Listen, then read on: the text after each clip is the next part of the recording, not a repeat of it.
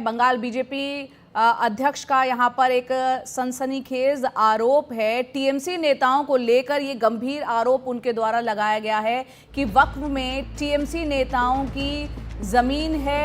जमीन होने की वजह से वक्फ कानून का टीएमसी जो है विरोध कर रही है। एक बड़ा आरोप लगा रहे हैं यहां पर बंगाल बीजेपी के जो अध्यक्ष हैं, उन्होंने ये आरोप लगाया है कि वक्फ की जो ज़मीन है उसमें टीएमसी नेताओं की ज़मीन आती है। यही एक कारण है कि टीएमसी जो है वो ज़मीन होने की वजह से वक्फ कानून का विरोध कर रही है।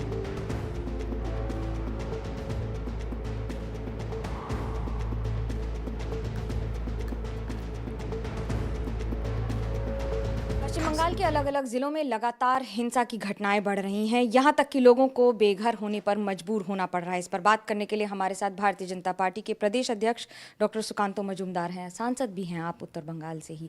जिस तरह की स्थितियां हो रही हैं, क्या लग रहा है ये थमने का नाम ले नहीं रही? देखिए, तभी थमेगा जब मुख्यमंत्री ममता बनर्जी चाहेगी, क्योंकि वो अपना ताकत दिखा रही है इसके द्वारा। It is the manifestation of the political and the religious power by the Mamata Banerjee herself only. और इसके पीछे एक राज है कि जो वक़्फ़ प्रॉपर्टीज़ है, स्पेशली कलकत्ता और प्रमुख जगहों पे, इन वक़्फ़ प्रॉपर्टियों के ऊपर तृणमूल कांग्रेस के बहुत सारे नेताओं का उसमें वर्चस्व है। वो उसको पकड़ के रखे, उन्होंने उसको दखल कर लिया है। इससे लोगों की ध्यान वहाँ से हटाने के लिए ये कोशिश की जा रही है। रिसेंटली एक रिपोर्ट निकला, जिस रिपोर्ट में देखा जा रहा है, बंगाल के प्रमुख दिल्ली में निकला कि फिराद हकीम साहब जो मेयर भी है, आप जानते हैं, वहाँ पे महावीर मस्जिद से लेकर अलीपुर तक यहाँ पे लगभग 35 बीघा वक़्फ़ की प्रॉपर्टी है। उसमें से 5 बीघा फिराद हकीम साहब और उनके धर्मपत्नी जी ने लेकर वहाँ पे एक मार्बल का शोरूम, मार्बल स्टोन जो होता है उसका शोरूम चलाते हैं। बहुत बड़े बड़े आरोप लगा रहे हैं आप ये कि मंत्री नेताओं के पास वक्फ की ज़मीन है, इसलिए ये हिंसा की जा रही है। एकदम, इसलिए ये हिंसा की जा रही है। और ये दिल्ली में निकला है कि ये है कि प्रॉपर्टी है। मैं खुद उपस्थित था राज्यसभा में, उस समय टीएमसी के सांसद, राज्यसभा सांसद नदीमुल हक उर्दू में भाषण दे रहे थे। बाद में मुझे पता चला कि नदीमुल हक के नाम पे ताल बागान बोल के एक उत्तर कलकत्ता में एक जगह है, वहाँ पे 22 कट्ठा, कलकत्ता के हाट में 22 कट्ठा ज़मीन का कितना कीमत होता है आपको मालूम होगा। उनके नाम पे रिपोर्ट आया है कि 22 कट्ठा ज़मीन वो खुद हड़प के रखी है। आपका कहना है कि ये ज़मीन बचाने के लिए आंदोलन की तस्वीर दी जा रही है? ज़मीन बचाने के लिए ये मल्टी टारगेटेड है। एक तो ज़मीन बचाने के लिए वक़्फ़ लागू ना हो, वक़्फ़ के जो मस्जिद से लेकर प्रॉपर्टीज़ जो इन लोगों ने अपने हिस्से में रखा है, इससे ध्यान ना, इसमें किसी का ध्यान ना जाए, नंबर 1। नंबर 2, जो 26,000 नौकरियां गई है उससे पूरा चीज़ को डाइवर्ट करने के लिए, करप्शन के चार्जेस से डाइवर्ट करने के लिए, क्योंकि इस करप्शन में ममता बनर्जी खुद, उनका नाम इन्वॉल्व है। क्योंकि कैबिनेट ने बैठक करके सुपरन्यूमरी पोस्ट को ये किया था, अप्रूव किया था। तो इससे पता चलता है कि ममता बनर्जी खुद इन्वॉल्व रही है। तृणमूल कांग्रेस आरोप लगा रही है भारतीय जनता पार्टी के पास मुद्दे नहीं हैं, इसलिए इस तरह की घटनाओं को आप उकसाते हैं, जिससे हिंदू मुस्लिम हो और बंगाल में पोलराइजेशन हो। अगले साल चुनाव है। देखिए, पोलराइजेशन होगा तो बीजेपी का लाभ नहीं है, टीएमसी का लाभ है। क्योंकि बंगाल में आप सारे इलेक्शन देख लीजिए, मुस्लिम 100% पोलराइजेशन होता है, बंगाल के हिंदू 100% पोलराइजेशन नहीं होता।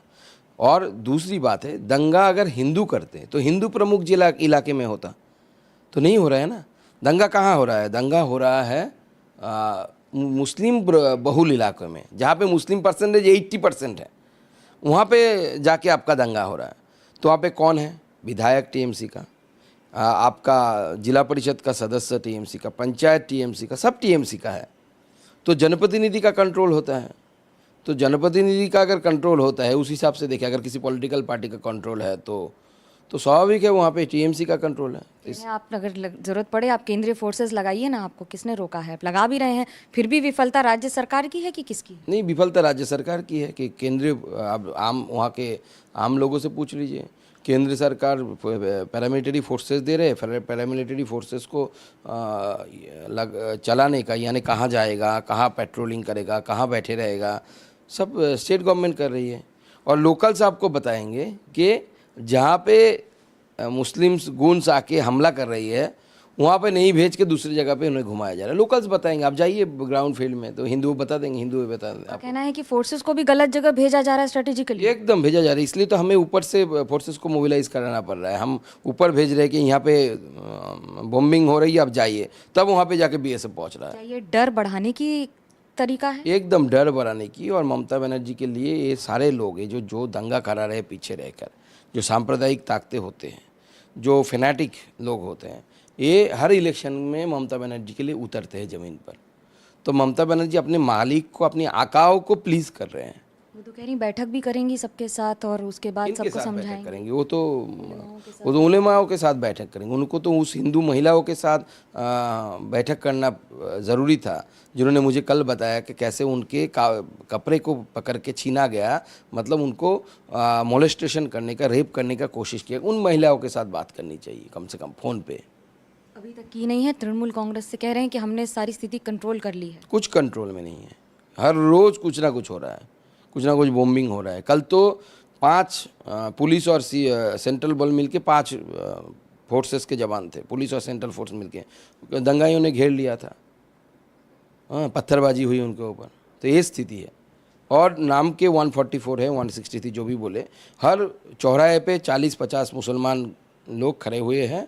और जब भी कुछ हो रहा है तो मतलब घटना घट रही है, हिंदुओं के ऊपर हमला। और ये पैटर्न है, आप देखेंगे लास्ट सारे जो घटना घटी है, वो नुपुर शर्मा का केस हो, जहाँ के लेकर अंकुर हाटी से लेकर सलफ तक लेकर नेशनल हाईवे लगातार 8-9 घंटे जम करके रखा गया। हर जगह में पुलिस की उपस्थिति में हिंदुओं के घर तोड़ने की परमिशन दी जाती है। बाकायदा पुलिस खड़े रहते हैं, हिंदुओं के घर तोड़ा जाता है। तो एक पश्चिम बंगाल में एक ट्रेडिशन हो रहा है ममता बनर्जी के समय में। ये बहुत बड़े सवाल हैं जिनके जवाब मिलना बाकी हैं, खासतौर से तब जब हिंसा थमने का नाम नहीं ले रही है। कैमरा पर्सन शेख मोमिन के साथ मनोज्ञा लोईवाल, कोलकाता, एनडीटीवी इंडिया के लिए।